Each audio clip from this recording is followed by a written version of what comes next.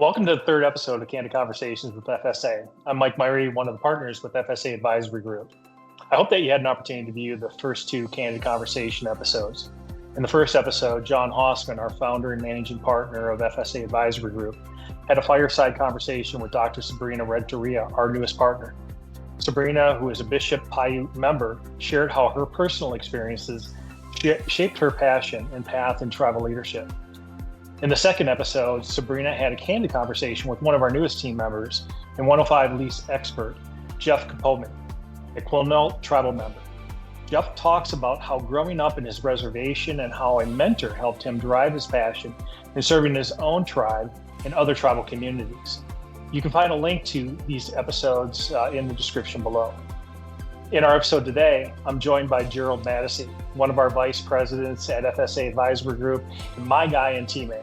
Gerald and I have worked hand in hand, and it's hard to imagine this, Gerald, together on various tribal projects, almost 4 years. Yep. Yeah. And someone thought it would be wise that we have a conversation today, not just about the work that we do, but our experiences and how we work together. So, Gerald, thank you, and I appreciate you joining us in this conversation today. Yeah, thanks for having me. So tell us a little bit about yourself, a little bit about you, your career, the role that you have here at FSA, and also make sure you share a little bit about your story and how you ended up in this line of work and working in Indian country. Sure thing. Yeah. So I got my start in banking back in 2013, and I think that's my original set of sort of work was more around different types of borrowers, middle market borrowers, agribusiness, some small business, and some private bank clients. That kind of encompassed the first 3 years of my banking career, and then did you always know that you wanted to be a banker?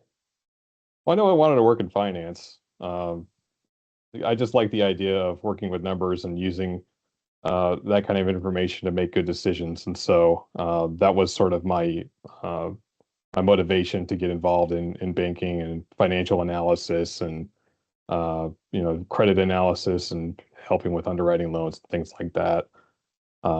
So after that, initial first 3 years, there was an opportunity that opened up in a Keys Native American Financial Services team. And so I did a little research into that and heard good things about it. And I thought of it as a new learning opportunity, something a little bit more unique, I would say, versus what I had been doing before. And so I applied for that role, and I got the role, and that's when I first started working with Kyle, and I was at the start of 2016. So it's been 10 years since then. But yeah, that's how I got involved in just working with tribes, and it's been a really nice career since then. Absolutely.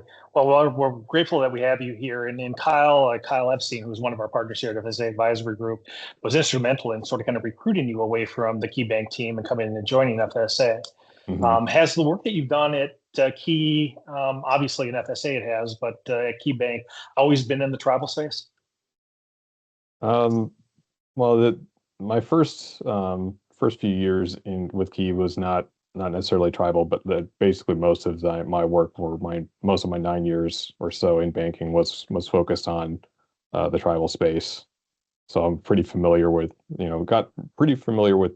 tribal gaming and other tribal projects. But as time goes on, I remember one of our sort of initiatives even back then was, how can we help with economic diversification? And because we know that gaming itself, it provides a lot of revenue for certain tribes, but it shouldn't be the end all. We got to focus on other things that help generate revenue and also support government infrastructure and things like that. So we did briefly talk about the big picture, but we also knew like what we'd be best at in helping them get there was with financings for those projects, for those gaming projects, with the ultimate aim to diversify away from that at some point. So yeah, when we think about nation building here at FSA, economic diversification is sort of kind of a core thinking about how you have to build a nation, right? So many tribes, as you said, we're dependent upon gaming and the ancillary businesses associated with gaming. But I think, one of the learning lessons that came out of COVID is that you have to have diversification in your nation with respect to your overall economy. So that's a big part of what it is that we do. I digress a little bit. So, I think, we're going to take a deeper dive as it relates to our uniquenesses, that is you and I, and what makes us a great team. Compared to you and many of our colleagues, my path to FSA and working in Indian country was quite different. While I went to college for accounting and passed the CPA exam, I never practiced accounting, nor did I come from a commercial finance or banking background. I actually came from a political background where I was an appointed official for the majority of my 30-year career in economic development, specifically small business development, being the CEO of the state agencies for small business development in both Minnesota and in Florida. But those experiences have taught me a lot of learning lessons in working with Congress, with the legislature, and how to navigate the governance structures as it relates to tribes and tribal nations. So I think those experiences are unique in the sense that they're not all finance-based. Though I have a education in finance, obviously, being in that political environment, understanding that particular structure brings a uniqueness to our firm and to our team, you and I. So, don't need to say anything more about that, but a 30-year career in state economic development, working with for the administration of 4 different governors across those 2 states, Minnesota and Florida, certainly has taught me a lot. But it was, John Hausman, our founding and managing partner for FSA Advisory Group, who sat down one time with me, and we had a conversation about the possibility of joining the firm, and it turned into a very long conversation. I told John, in all honesty, John, I'm not a finance guy. That is, I haven't lived and breathed what it is that most of the people at FSA do. And I've never worked in Indian country, maybe indirectly through some of the work that I did in small business development, but not necessarily directly with tribes themselves. But he said, hey, you're going to be a great fit for this team. Your uniquenesses are going to add qualities that we don't have. You're going to do great. You'll learn everything else. But I'm so grateful that I have you and your background to complement the lack of experiences that I have myself. So I want to talk a little bit. It helps to have that compliment, right? Because your background involves a lot of getting things done through the people skills and also the project development skills, right? So my background is there's a lot of numbers, a lot of analytical focus. So definitely I appreciate that we do have complementing skill sets, because otherwise I think we would both we would not function as well separately as we do as a team. Absolutely. I want to talk a little bit about when it actually became real and working in Indian country. I know that I have my specific story as it relates to, what sort of kind of drives me and the emotion that I actually experienced in the work in which we do. I want to hear from you a little bit. So when you think about the work that we do with tribes and tribal nations, can you remember a specific moment when it stopped being just a project, just a transaction, and became something more meaningful for you? What really sort of kind of gave you that, I would call it that compensation to your spirit, as it relates to sort of kind of the mission and the work that we do.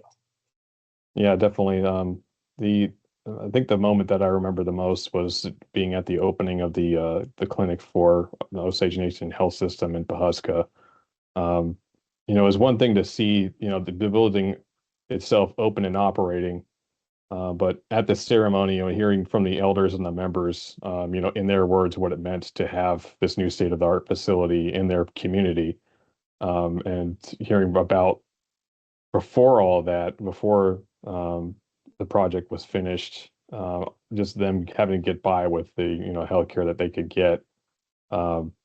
Just hearing those stories and seeing kind of the impact in the present day, but then also hearing kind of in their voice, optimism for the future as to where the direction that they're heading now with that.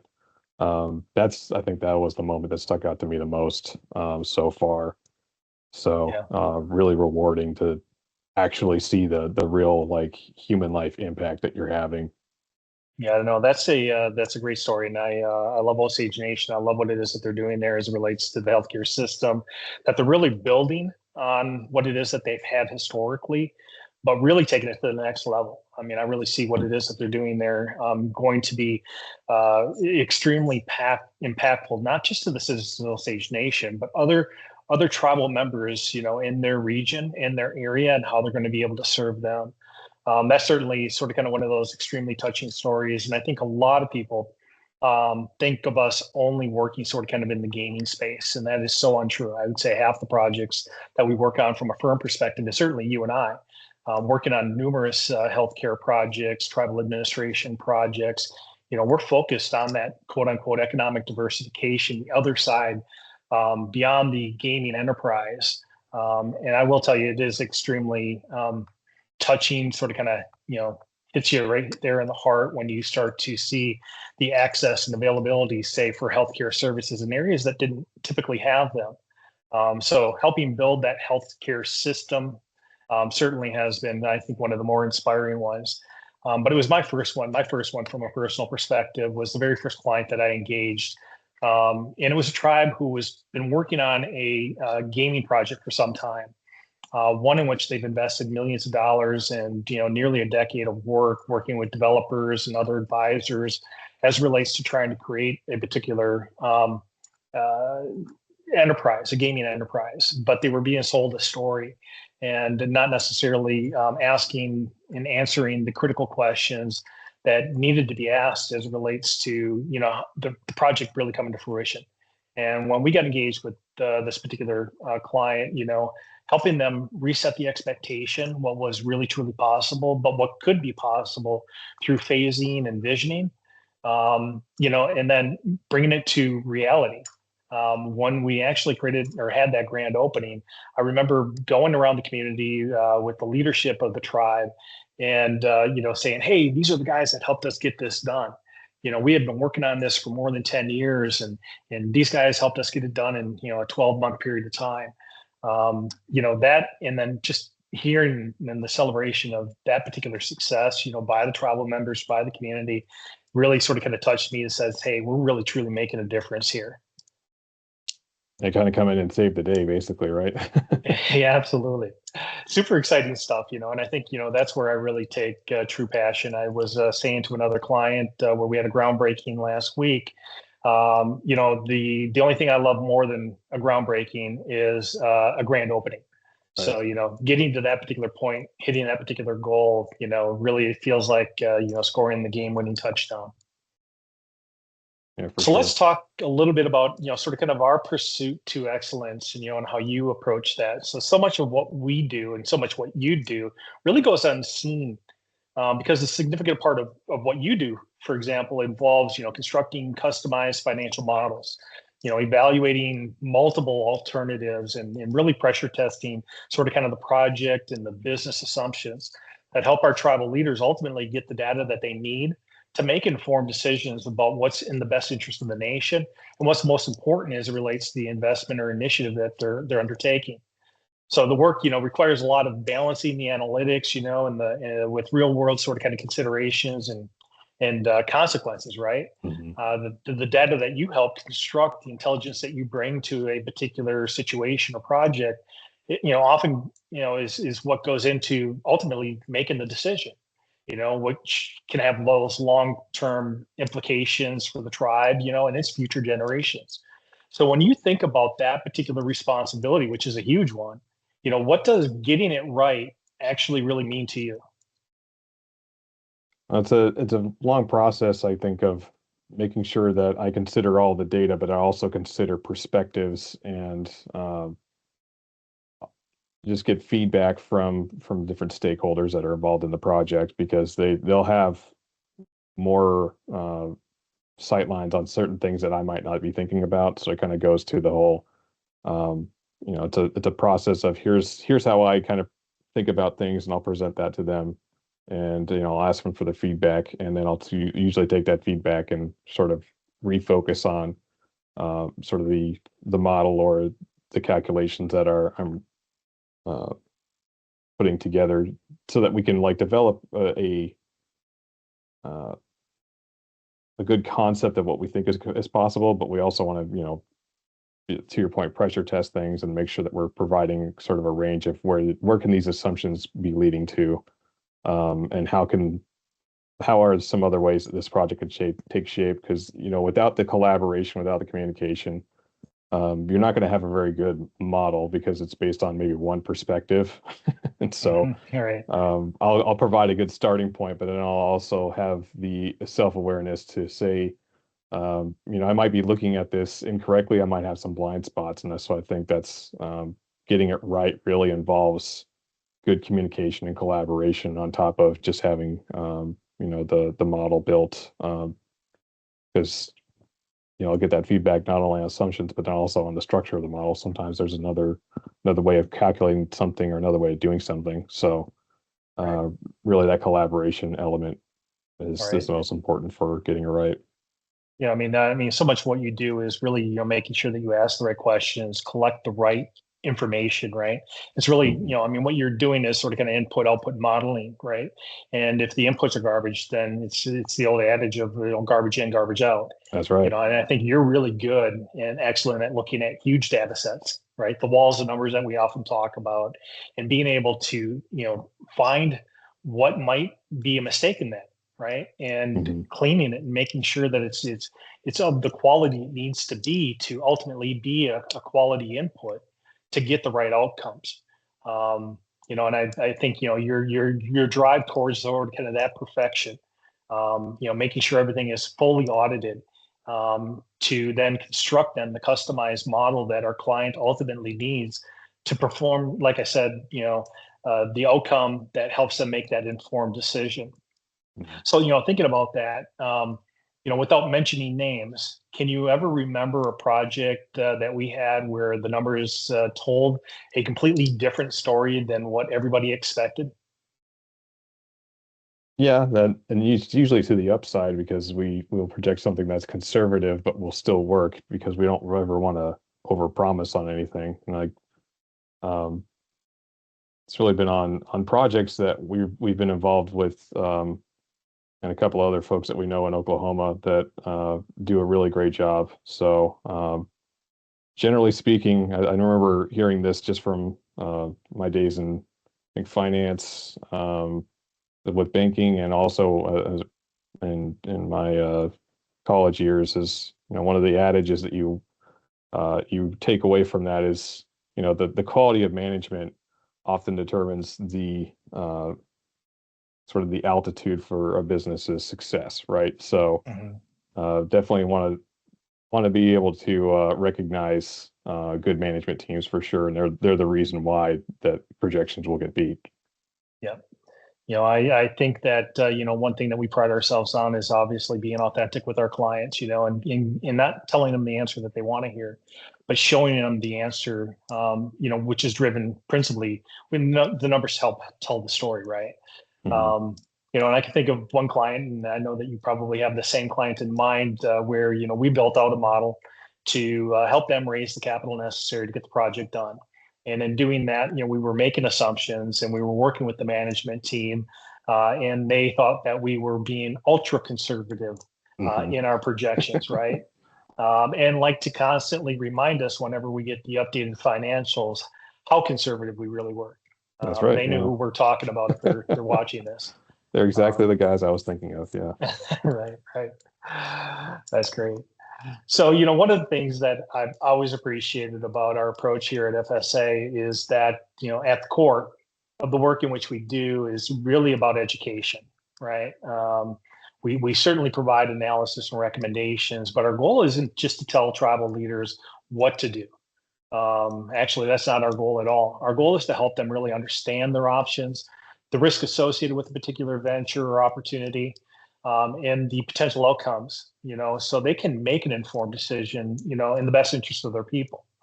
So, when you're building models and sort of kind of evaluating those alternatives, and or presenting, findings or outcomes, from the work in which you do, how much of your focus is on educating versus simply delivering an answer, and why is that so important?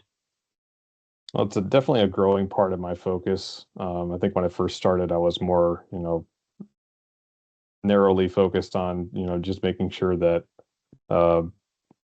model put together would be well reasoned, but at the same time, you really, as I've gotten further into my career with FSA, it's you really want to make sure you have a focus on that education aspect, because you want your audience to understand how you're arriving at the conclusion that you are, and um, it's really important for them to be able to see from that same perspective that you have, but to also, um, going back to just having that ability to draw on their perspective as well. Just so you really want to just minimize blind spots to the best of your ability, and so education becomes a really important part of that when it comes to talking through, financial jargon and things like that. And it's definitely important to set that context and be able to communicate very clearly. And it's easier to communicate clearly when you're able to really put that together for them so that they can understand where you're coming from. Yeah. Just last week, we delivered an educational program. I think, sometimes that advisors, consultants walk into a relationship with the assumption that the client will understand everything it is that they're saying. We'll use industry jargon and acronyms, Hmm. sometimes to make themselves just seem intelligent, but the client won't understand anything it is that they're saying. Yeah. And I think, we last week was an example of this. We're doing some financial literacy courses for tribal members to help them understand their tribal enterprises better in the decisions in which they're responsible in making. But delivering educational programs like that, whether or not it's elected leaders like it was last week, or whether or not it's tribal members, it really is about helping them understand, everything that's being presented to them, so that they're able to again make those sort of kind of informed decisions. I mean, in the case last week, it's several tribal council members, extremely educated individuals, but not finance people, right? And so we did a gaming finance 101 program for them. They're about Hmm. to evaluate big financing opportunities for a big business venture. We want to make sure that they clearly understand the jargon that's going to be put in front of them, and we will always explain that jargon to them before they're making that decision. But just providing that base level of education. I mean, I think you've seen what I've seen in the program that we did last week is every one of those tribal council members and legal counsel attorneys that were sitting in and around that table really appreciated what it is that we did. Some felt like it was going back to their freshman year of their undergrad. That's right. But it was a good re-education for folks, and or education for those that just simply didn't understand what it is that we were, or will be presenting to them. So Yeah, it never was hurts really to great. have a refresher, right? Because sometimes you'll forget, or other times when you're starting to learn, it helps to hear something multiple times from different people. So Yeah. it helps just reinforce that education aspect. All right. So that's that's a great transition to my next question. Is really about the different perspectives and the shared purpose. When I think one of the things I've always appreciated about working with you is that while we're usually trying to solve the same problem, you through your own experiences in education and mine through mine, we often look at it from very different perspectives, right? So, I often think about, the people and the relationships, the strategy, how decisions will ultimately, be communicated and implemented. And then you often, come in with a different perspective where you're often focused on the numbers, and the assumptions, the risk, making sure the analysis can withstand the scrutiny that, it probably deserves. So how do you think about, those different perspectives and how they complement one another when we talk about you and I being a team? I know that you'll have an eye for certain things that I simply won't pick up on. Those things can be either opportunities or they could be risk factors, right? And so um, there may be something that has to do with like the design or the layout of a certain facility, or the use of certain materials. Sometimes things are more needlessly expensive than they need to be. Um, and if there's a way to, save dollars on something or make something more efficient, you tend to zero in on those, I think, with higher precision and accuracy than I usually can. But those are the exact things that are helpful to know, or are helpful to have at least called out, so that you usually make those thoughts known to the project team when we're, having a group discussion. And that ultimately will help with certain things like how do we, refine our budget for the project or refine what's possible for the project. And that'll affect, the project costs and sort of the knock-on effects of that, but also what the opportunities are for future growth for a particular project as well. And so that affects just both the current and the future of what our projection models will tell us. And so that's something I definitely appreciate about your skill set and how you complement mine for sure. Well, in the work in which we do, we don't have a single audience, right? I mean, our audience can vary pretty dramatically as it relates to people that are in the finance industry, to tribal leaders, to tribal members, right? And how we have to customize what it is that we do for the audience in which we're communicating, is important. So I think, the perspectives that we have, one thing that I've learned in leadership is that the best outcomes for any particular situation or problem solving don't come from a single perspective. The best decisions often come from bringing together different experiences, different perspectives, different skill sets, and ultimately being willing to challenge one another in the pursuit of that best solution. And I think you and I do that, and we do that very well. Now, I think that one of the reasons our team works so well, you and I, is that we have people with different backgrounds and different experiences and different viewpoints. You and I and our own experiences, but we also get to feed upon those in our firm as well. So when we're working with a tribal client may only know you and I, but we have an army of folks behind us, and we're often communicating with our peers within the firm itself to also drive different perspectives and different ways of thinking as it relates to a particular problem and solution for that problem. That's what I love about our firm is that, we have that shared knowledge across in that diversity as it relates to the experiences that we have. Yeah, it makes a big difference for sure. It does. So let's talk about some learning lessons from Indian country. What have working with tribes taught you that you didn't learn in school and or earlier in your career? I think working with tribes, and I guess when I was sort of coming up in school, a lot of my focus is more just on, individual success. But, when you work with tribes, you're thinking more about the collective. And that's something that is, more ever present each day that we work on with our clients, is that we have to be mindful of, what's the greater impact here. And, it's how do we help a greater number of people? And, it's definitely a shift from sort of what in my earlier years is mostly like, how do I individually get better? That's not really the goal anymore. It's how do we help others get better, and how do we help them improve their standing? I think that's the biggest thing that I've learned from working with tribes, especially since, they when it comes to a tribe, it's about the collective. It's about all membership, right? Right. Yeah. I have to admit, when I first began working with FSA and with tribes, I didn't fully appreciate how much I didn't know. And I constitute myself as sort of kind of a lifelong learner, anxious to learn about new things that I didn't necessarily know. But like many people, I was simply ignorant, in my understanding of tribes, tribal sovereignty, really the true history of native nations in our country, and then the unique challenges and opportunities facing Indian country. That's another thing I love about and value about our firm and our team. We have a culture and an environment where learning is actually encouraged and curiosity is welcomed.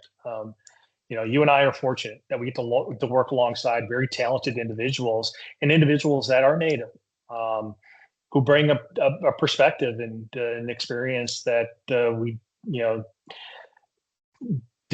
may not necessarily have access to in sort of kind of our normal day-to-day lives, right? And but yet these individuals, our teammates, are extremely patient, they're open, they're genuine, and really have a willingness to share and educate us because we didn't grow up in tribes, we didn't grow up on reservations. They bring those unique experiences and willing to share those experiences with us. I'm not afraid to ask what I would constitute sort of kind of as a stupid or ignorant question to my teammates, because I know that they're going to give me an honest answer. And I think, we've also been blessed, and I know I've been blessed, even gifted a blanket, which really was extremely emotional for me. Um, but some of the greatest lessons have come, not from books or reading materials or conferences, but more or less listening to tribal leaders, engaging with the tribal community members, and again our own teammates. Those certainly have helped me better understand, value, and then ultimately respect the history and priorities that shape Indian country. Um, couldn't be more thankful for that. Yeah, there's a theme here. It's always about learning from the perspectives of others and how different things can uh, be seen and different meanings that things can have for others. Oh, absolutely. I mean, it's so critical to the work that we do is to clearly understand, and I think, you and I do this because I know that when we step into a new relationship, we take a great deal of time and pride in actually trying to learn what we can, before we ever step into that particular relationship. But there's only so much you can learn in the public domain, right? There's only so Right. much information out there as it relates to a tribe. And we try to go directly to the source, that is the tribe themselves, to understand their story. But Mhm. once we get into that particular relationship, I will ask questions, and learn from, the stories. And I find that there's nothing but willingness to share those stories with us, which really ultimately help us do better work for the clients that we do serve. Absolutely. So, Gerald, before we wrap up, I've got one last question. So what's one thing that you're most excited about the future of FSA and the tribal nations that we serve? Really just how much more impact can we have and how many more ways can we have impact? I know obviously we do a lot of work in the healthcare space, and I think just continuing on with that would be, uh, a rewarding path, in its own right. And uh, we also need to, consider what else can we be doing. And I think we do a pretty good job of expanding, at least on a firm basis, what services we can offer, and really just driving more solutions, helping inform our decision making. Um, and how much more can we do to help tribes get to where they want to go, um, on a holistic level? So Yeah, we really create, deep and intimate relationships with our clients, which, as a native-owned firm, we already have, and having, many native employees, we do have a deep understanding as it relates to Indian country. But I think, through the work in which we do, we often, and this is what I love about our firm, is we're entrepreneurial. When we come across a problem, we try to build a solution, if a solution doesn't already exist. Um, yep. Meaning that, I think, COVID was a great example. Our clients were coming to us as relates to needing assistance in a particular area, needed assistance with paycheck protection program applications, really didn't know what to do. And then they all received a huge influx of various sources of funds through COVID assistance, right? Mhm. Um, they came to us because we were their trusted advisor, asking us, can you help us? And while it wasn't necessarily a core expertise that we had in our firm at the time, we invested to get those particular expertise, to provide solutions to those particular challenges or problems that the tribes were facing at that particular time. And we continued to do that. I mean, we're building new firms that are providing new opportunities to challenges that tribes in Indian country face. So, I mean, I think that that's what's really exciting, and I think there's a clear receptiveness. Innovation really bubbles up, not down. And so Mhm. a lot of those ideas are not coming necessarily from the partners themselves, but rather the teammates, that are, on the front lines, engaging our tribes, knowing what those challenges are, and helping us ultimately create opportunities. Yeah, it's good to be in that position of being the trusted advisor, even though you may not feel prepared for those challenges. We still have that mindset of, it's not, oh, we don't know how to do that. It's how can we develop the capability, and who can we go to now or today to to help us, meet that need and meet that challenge. So I think that's on a firm basis. That's definitely something that excites me for the future, because it's, for no other reason than, two things. We're going to be able to help our clients better, but also it provides, opportunity for all of us and to grow together and as a firm. Well, no day looks like the next, and it keeps things interesting, right? That's right. Well, Gerald, thanks for joining me today. I appreciate you taking the time to have this particular conversation. One of the things that I've always appreciated working with you is, your obvious commitment to our clients, getting the details right, while never losing sight of the why, right? And what it is that we're doing and why we're doing the work that we do. So to those of you watching, thank you for joining us, and we hope to see you soon.